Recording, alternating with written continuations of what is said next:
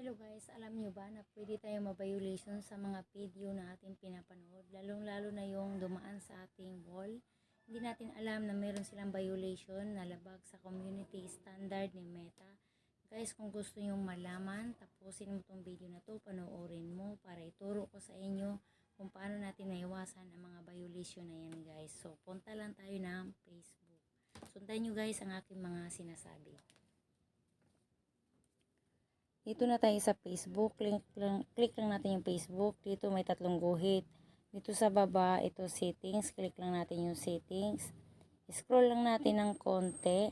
Hanapin natin yung preferences. Customize your experience on Facebook. Content preferences, click natin. And then, sensitive click. Then, show list. Ayan, nalipat ko na siya sa show list. And save. Click natin yung save. Dito sa baba, may makikita kayo na okay. Basahin nyo muna bago nyo i-okay. Kasi once na okay nyo yan, ibig sabihin nakasave na siya guys.